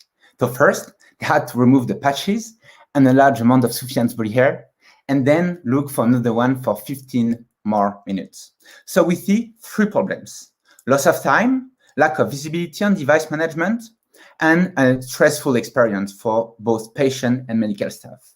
I'm David Compin, CEO of BioT, and we are developing a solution to track medical devices, visualize their information on our platform, and optimize hospital processes. So BioT offers two main benefits: cost reduction and capabilities expansion, meaning device real-time location and status, and a global vision with predictive maintenance and intelligent inventory. With you, your network and finance, we are looking for 1.1 million Swiss francs of seed money. So join us to tackle the challenge. And by the way, the ventilator is at the top right beyond the fence. Thank you so much. Bye. Thank you, David, for this presentation on BioT. And now we move from health to space. So Nina, can you hear me well, Nina? Yes, I can hear you. Perfect. Space for Impact is the presentation we will have next with you. It's the last one tonight.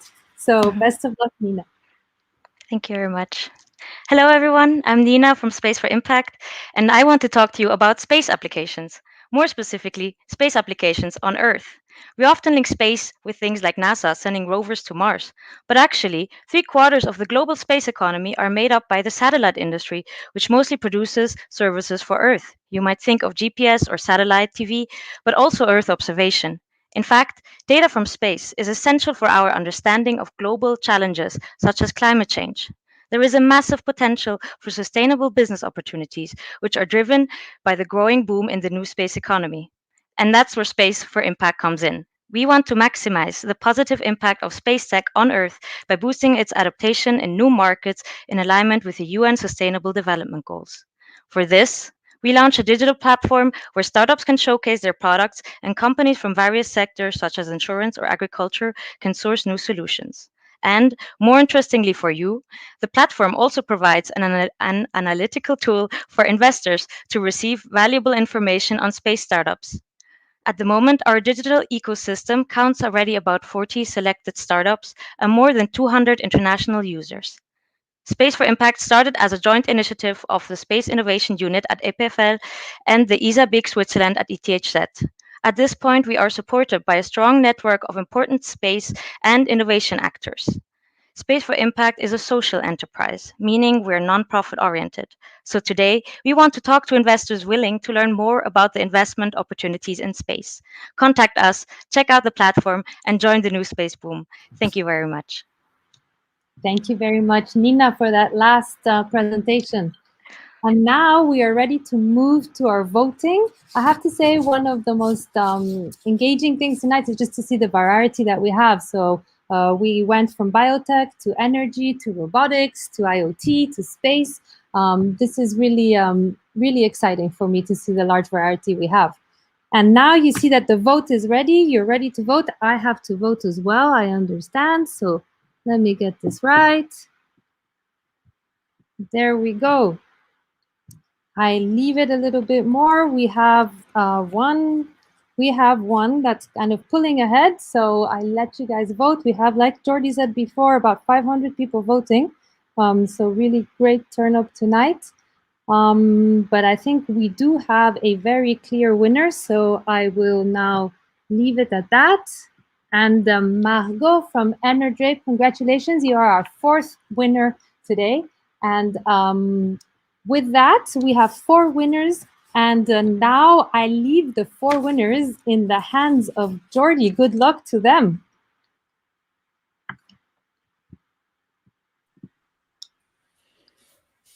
Thank you, Jordi.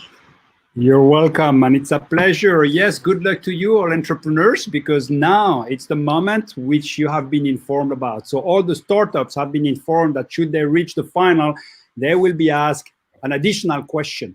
For our jury, and you see here the jury, I would like to thank our supporter, Leila, Alexandre, Raphael, Mark, and Patrick. I hope you are ready.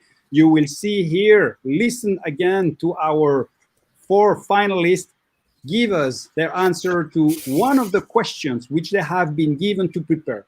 I will take the questions right now, and you can see in a very fair process, I'm just mixing the questions, and I will call you one after the other, just with one of the questions in order to make sure that you are all fairly treated. So, to Thibaut, to Patrick, to Maël, and to Margot, I hope you are ready, starting with the first finalist. Thibaut, it was a pleasure having you. We're in the education school sector. And the question is, why you? Why are you the best people ready to implement and to solve this, to implement this solution and to revolutionize the online education? And you have 60 seconds to give us an answer. Thibaut? Yeah, you hear me? Yes, we hear you.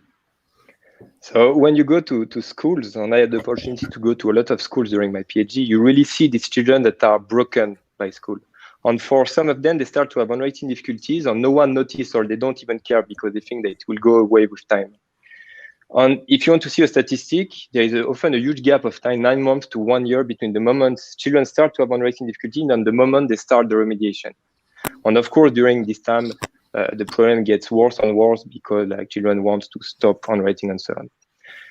So for technology, we could detect this handwriting difficulty straight away and then start the remediation straight away, and then hopefully avoid this problem before they even start.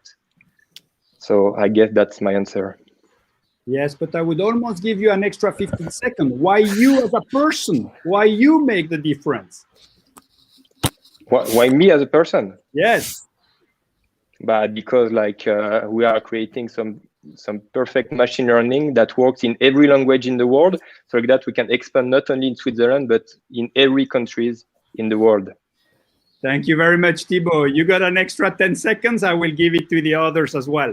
We're continuing, and we are welcoming the winner of the second series. And of course, it's a pleasure to welcome you, Patrick. I mean, we've been together on this side, now we can be together on the other side. So, Patrick, I hope you're ready. Yes, hey, if you get to 1 million right now in Energio, what would you do for it? What will you do with it? Ready, go. You want the real answer, or what the answer you want to hear? No, I mean, I'm kidding. No, sincerely, I mean, it's quite clear. I mean, I will put 1/3 for BizDev because we still need to discover a bit more the market. We've done a good job, but with 1/3, I guess we can reach 10 million in potential sales per year. That would be nice. I say potential because we still have to launch our product. So, and then the next third will be for that to do the installation, certification, and another third for a further development to reach really a top-notch product, re-answering our customer needs. That will be what I will do. And yeah, I mean, 1 minute is way too much to answer this question, I have to say. I mean, I hope it's clear. The objective will be to reach in 5 years, more or less 40 million in sales. I know it's an ambitious goal, but we have to be ambitious. And this money will really help a lot to reach this target, I have to say, especially at our stage. Wonderful. So that was within the minute, and I think it was perfectly clear. Thank you very much, Patrick. Thanks, Maël, Jordi. We're jumping with the sound map. So Maël, you get one of the last two questions. Of course, you should be ready. And actually Patrick finished with this, what they want to reach in the future. So actually that's my question to you. How do you envision SoundMap 5 years from now? So I just start with a small background of why we started this project. So I'm doing a PhD at EDIAP Research Institute, and there's a robotics lab that works a lot on the autonomous driving also. There's lots of innovations that go in this field. And it all started from this frustration to see that there's a field that's evolving very fast, and yet devices that exist on the market for blind people do not leverage advanced computer vision. So where I would see our company in 5 years from now would simply be that people know us as the Tesla for blind people, and have a concrete impact on the thousands of lives across the world. Have several devices, several versions of our device launched, teams of engineers and of business people working on the several aspects across the several continents. So yeah. So a global company 5 years from now, and all the blind people, I love it, being served. Thank you very much. It's a pleasure, Maël. So Margot, you are the winner of the final heat. Therefore, you get the final question. And you know, in all of this startup as entrepreneur, there is this question: what keeps you up at night? What are the major risks, or what are you striving for? Go ahead. So at the moment, what keeps me up at night is really our pilot development. We are actually preparing and implementing these pilots, and everything has to be ready. And this is really, really what keeps me up at night, as it's going to be decisive for our market penetration, to convince other adopters, etc. So at this moment right now, this is really what's keeping me at night. Sure. Otherwise, in general, let's say, is really to have a product ready for industrialization, all the certification, to really be as fast as possible for the market penetration, and be able to achieve our sales and scaling as fast as in our time frame, in our roadmap, let's say. Great. So we see that it is all about serving customer, bringing the product. Thank you very much, Margot. To the four of you, but as representative of all of the startups, yet again, congratulations. We know how hard it is to be there, to do 90 seconds, to have to explain the projects where we are working every day. So the four finalists now, actually, as you've heard, the jury will decide who will be the winner of tonight. To the jury who is listening to me, join me in the jury room. I will be with you in a short minute. And basically now it's my pleasure to continue and pass the word to Leila to welcome our second keynote speaker.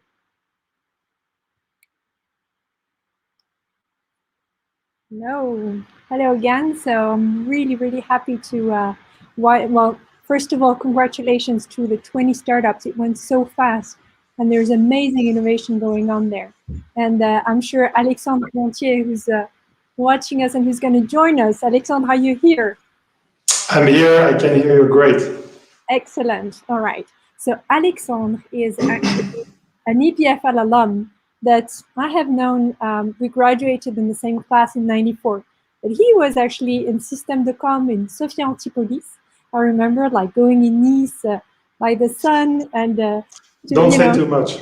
It was the second promotion going there, and so this is how I knew Alexandre. Since then, he's done an amazing career as an entrepreneur. He's definitely a real serial entrepreneur and very inspiring person. So let me tell you a few words about him before I give him the floor, because he has some really, really good advice. So to all of you entrepreneurs. So I remember, Alexandre, I think, is a natural-born entrepreneur, and we'll ask him a little bit about this after to know if it's, where it comes from. But right after his diploma, actually, he did his diploma thesis in the Silicon Valley. He flew right away to join a Stanford spin-off in digital processing as their sixth employee. And since then, he stayed in the Silicon Valley for 27 years. And he's just back recently to Switzerland and Lausanne with his family. So meanwhile, Alexandre became the king of online payment. He founded 6 companies with 6 successful exits, selling to companies like Amazon, Intel, and the like, and creating a total value of over 10 billion over all these years. Amazing and quite impressive, I must say. We are certainly very proud of you, Alexandre, as an EPFL alum.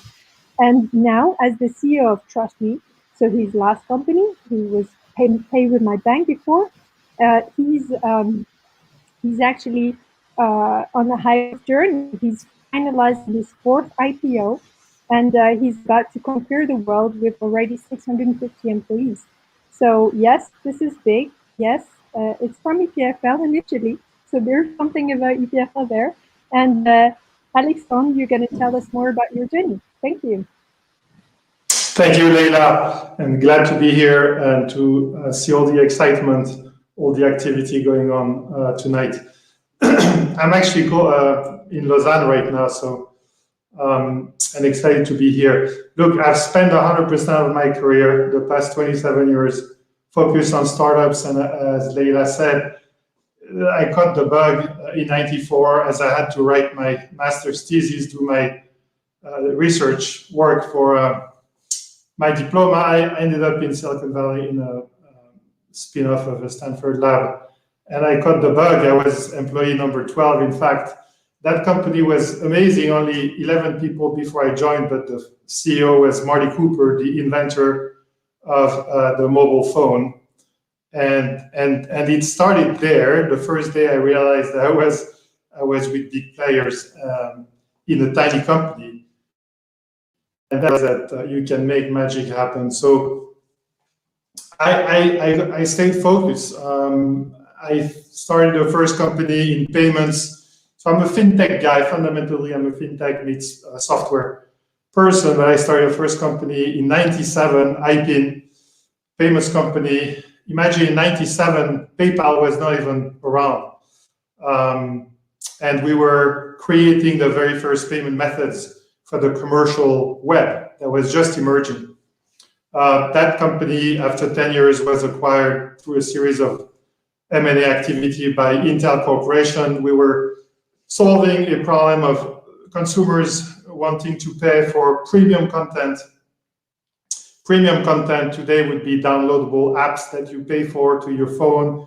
It would be music. It would be premium articles on newspaper websites. We would send those small charges to your ISP bill, your home internet service provider bill. So that was that first business. The second one, Ruckus Wireless. I went back to telecoms, what I studied. It was a smart antenna Wi-Fi router that ended up listing on the New York Stock Exchange.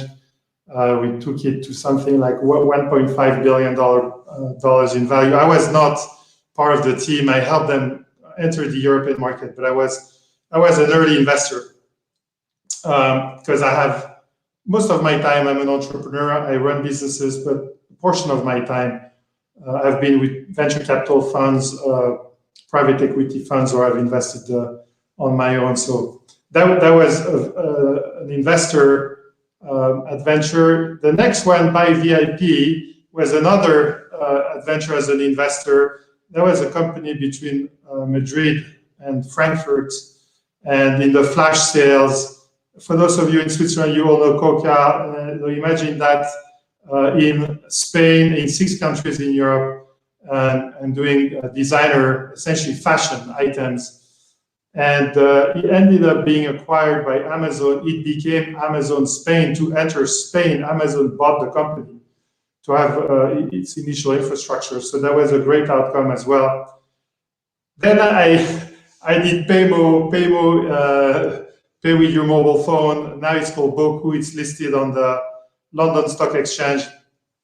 That one was the same as IPIN, essentially a replay of the same idea, except that as opposed to adding those small charges when you buy content online to your ISP bill, to your home internet service provider bill, we would add them to your mobile bill.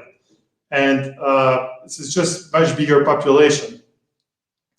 After that, I helped some friends in private equity turn a business around in the entertainment ticketing space, mobile ticketing, so you end up with a barcode on your phone. Today it's clear with the iPhone, the Android platform, but at the time it was not so clear, so you would get a barcode, a QR code, buy the ticket and go at the event, and with a scanner they would let you in music festivals, concerts, etc. So that was the leading mid-market player in Europe, and we combined it with Eventbrite, leading player in the mid-market in the US, and together the company was floated again on the New York Stock Exchange. Today it's probably about $2 billion in value. And most interestingly, or more recently, Pay with My Bank. So at IP, my first payments business, we created a model which is how you pay directly with your bank account when you're online. At the time, Visa and MasterCard, there were options. No one knew they would win online. So we created that model. It was too early. Visa and MasterCard ended up winning.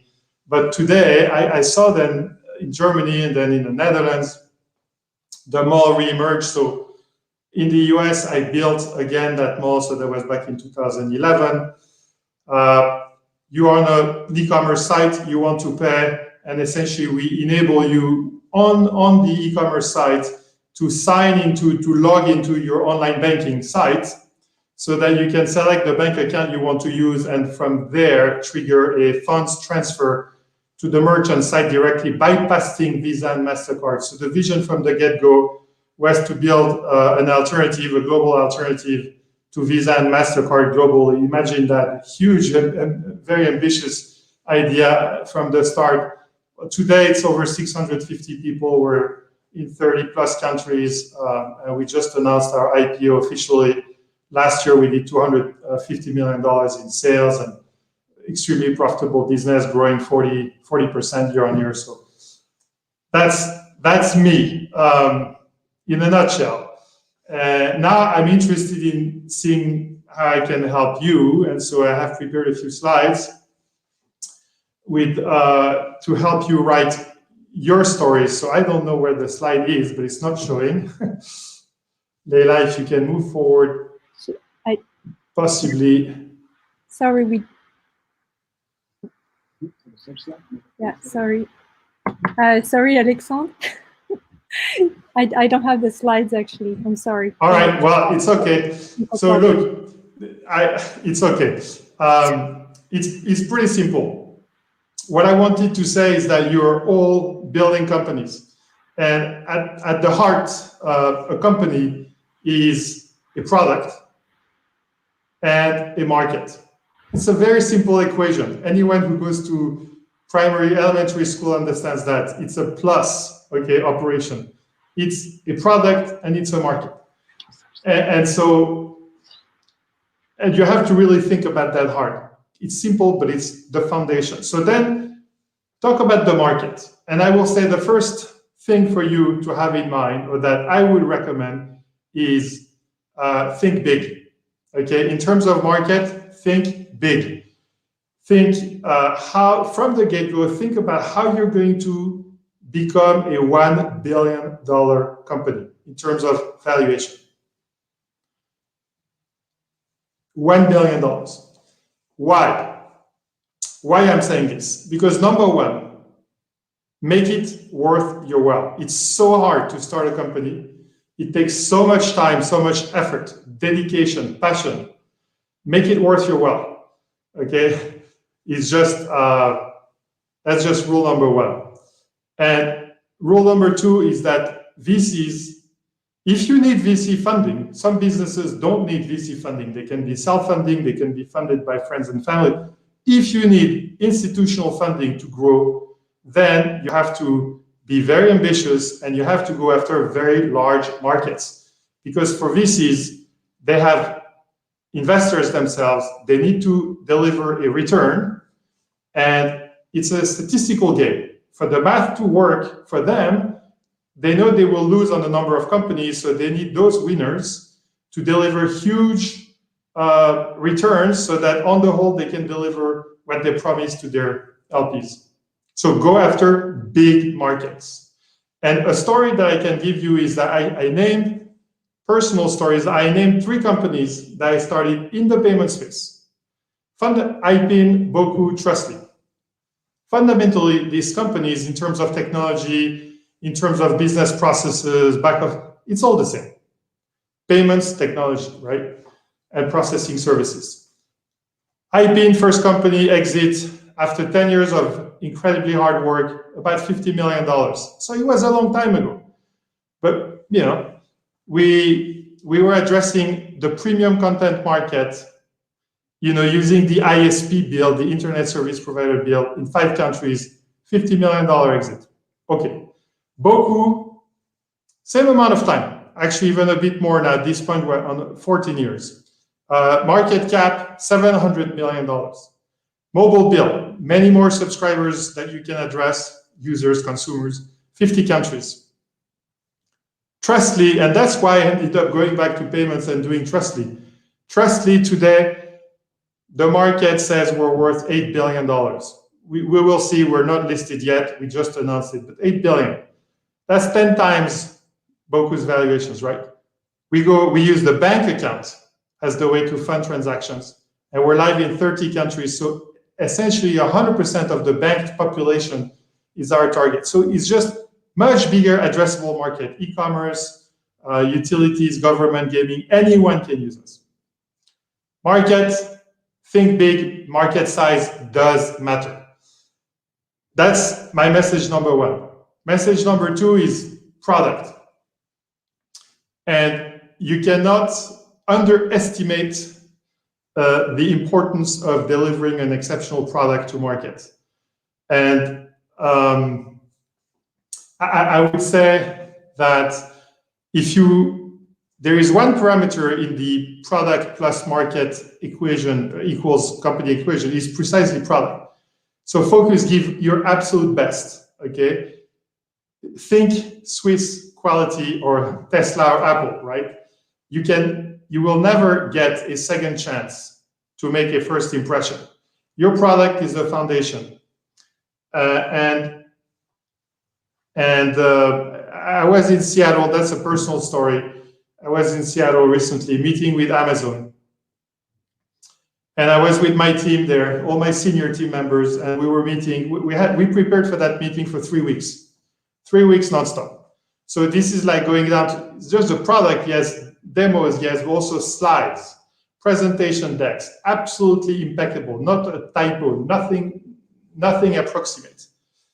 3-hour meeting. After the 3-hour meeting, the sponsor at Amazon, senior exec, comes to me and says, listen, we don't see a lot of companies in Seattle that come so well prepared with such quality materials and present so well how they want to help us.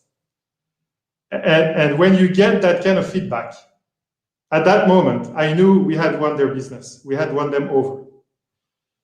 When you give love to your customers with an amazing product, an amazing performance when you present your product, they will send that love back to you. So that was my second message. You cannot underinvest in product. Product is the foundation of what you do, is what gives you your raison d'être. One last thought is that product is not technology. Product is more than technology. Product is a technology that's been packaged to meet a very specific market or solve a specific market problem, right? So how you get to product when you start with technology in an engineering school, in a science school, you start with technology always. You have to be in full contact with the market.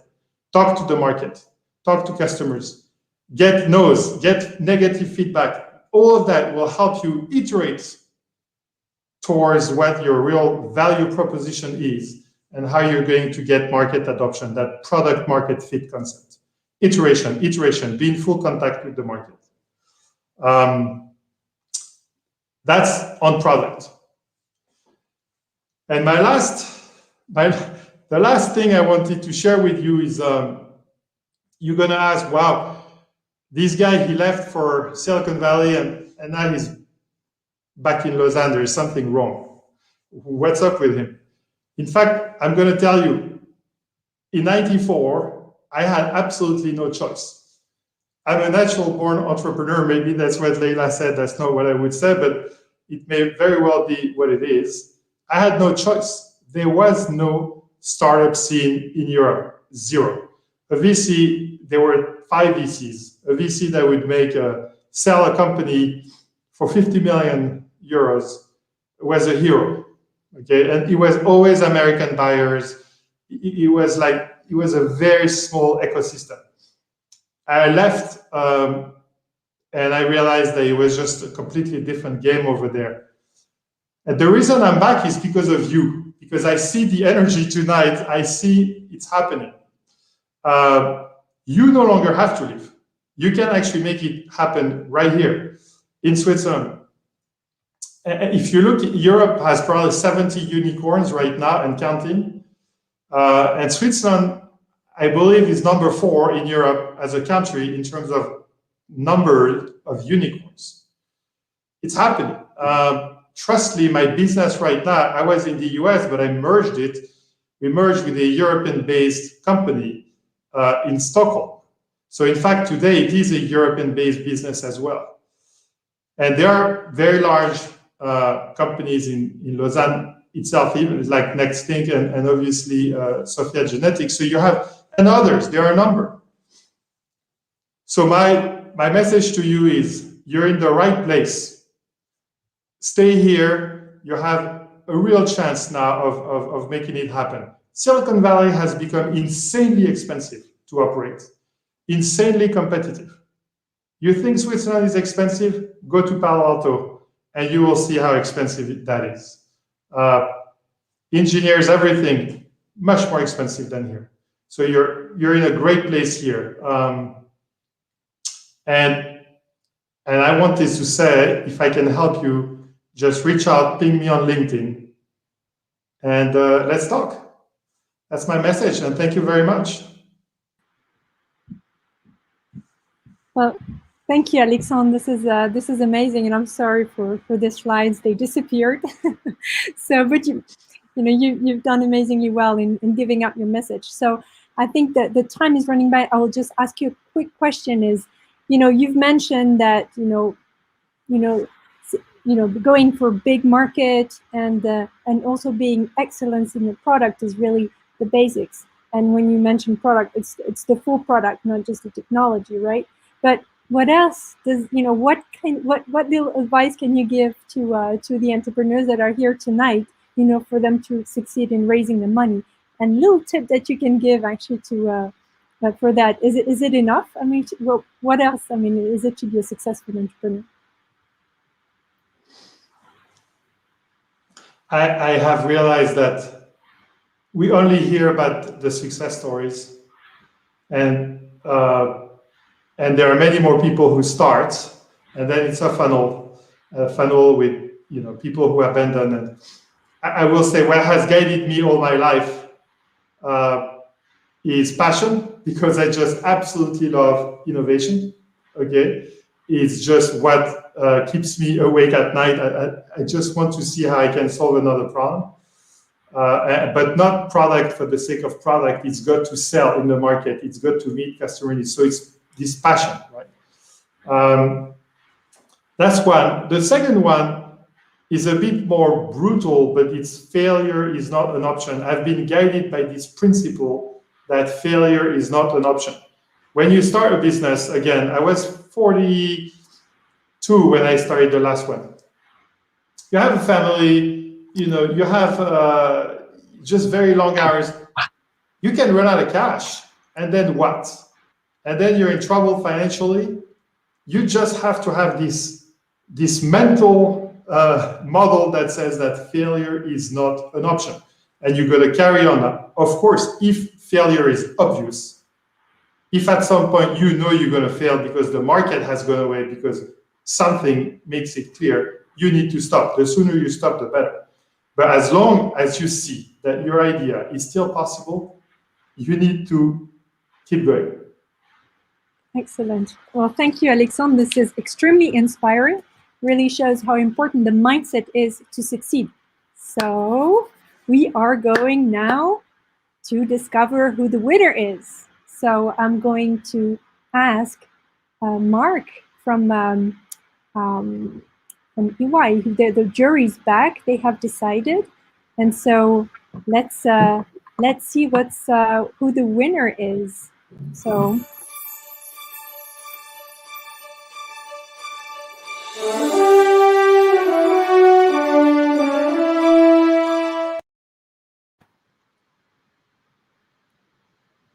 Okay, So, there's a short video there. Yes. First of all, may I start by thanking the other jury members, Alexandre from Kelleher's Carrad, Leila from Swisscom, Patrick from Innovo, and Raphael for Promotion Économique. We had fantastic presentations today. It's a shame there could only be 4 finalists. So first of all, thank you for the 4 finalists, Thibaut, Patrick, Maël, Margot, excellent presentations, thank you. And it's also a shame there can be only 1 winner. But we were unanimous in our selection. We believe that the winner was well structured, clear, articulate, good product, market potential, and very good response to the final question from Geordie. So stop the suspense. The winner is helping us all in the fight against climate change with geothermal panels, Enderap. It's Margot. Congratulations, Margot. Thank you. Can you hear me? And Margot for this achievement, and maybe we have a little diploma for you. So, and I officially can give it to you, Margot. You received the winner's diploma for tonight. We will send it to you, of course. You know that we are on a stage where it's unfortunately not possible to give it to you. And as well, it comes with the bottle of champagne. So Margot, I give it here. Thank you. Congratulations, Margot, so that you know we have somebody to offer it to. Exactly. But we look forward seeing you in reality to offer you winning tonight's our 2021 Startup Champion Seed Night. Congratulations. Congratulations, Margot. Thank you. Thank you very much. Thank you. Yeah. Thank you to the jury. Can I say something, yes, or should I? Say 2 words, Margot, about how we'd love to hear about you. Yeah, thank you very much to the jury first for selecting Enerdrape. I believe, Enerdrape teams believe that we really have a powerful tech in hand that can really have a global impact, and I'm really delighted that we convince you tonight. And yeah, I will also like to thank you, the organizers, Jordi, Isabel, Leila, and all the others to through this event completely online. I guess sorry, too much talking tonight. I guess it was quite challenging. So yeah, I was really happy to be featured there, and thank you for all the sponsors, the public to have votes for the session, and congratulations to all the startups, all the innovations that were presented tonight. Some made so many answers to so many problems. We are definitely on the good road. So congratulations also to all the other startups, and yeah, thank you again. It was I'm really happy, and I can speak for the whole team. We are really happy. Thanks. Yeah, so maybe so thanks a lot, Margot, for this final word, and thanks to the 4 finalists. Thanks to the jury, all the startups who pitched tonight. A big thanks also to our partners, Swisscom, SPI, Innovo, Kelleher, and EY for their amazing support. Also, a big thanks to our 2 keynotes, Kamila and Alexandre. And also behind the scenes, as you mentioned, Margot, this was not easy to do a full online event and with so many participants, and we're really happy that we managed actually to have you all there and gather also all the public. So thanks the public also for joining us and for being so active in the voting. So a big thanks to the organizers and the ones who have worked behind the scenes. So especially Marie, Julia, Emmanuel, Arnaud for the hard work in making this happen. And so, yeah, and big thanks. So now it's time to enjoy, actually to meet. I know it's not that easy to network, and we would love to be just there going to the booth and, being very spontaneous. But here you can do that too. So there's a networking area that you can go to and meet other people. So very randomly, so you will be able to meet people. So I really recommend, if you go on the left, you have the networking area. We also have different rooms where you can see the booth actually of the different organizers and startups, at least to remember who they are. But also for the for the investors and sponsors, they have already one-on-one meetings that are planned. If you haven't yet, there are still a few spots available. So do go and meet the startups there during these one-on-one meetings. You need to book a spot before, so it's in the investors meeting area. It's not. It's specifically open for them. So yes. So I say goodbye and thank you for being here. And we see each other at the networking place. All right. Bye. Bye-bye. Thank you for joining, and see you in the networking area. Bye.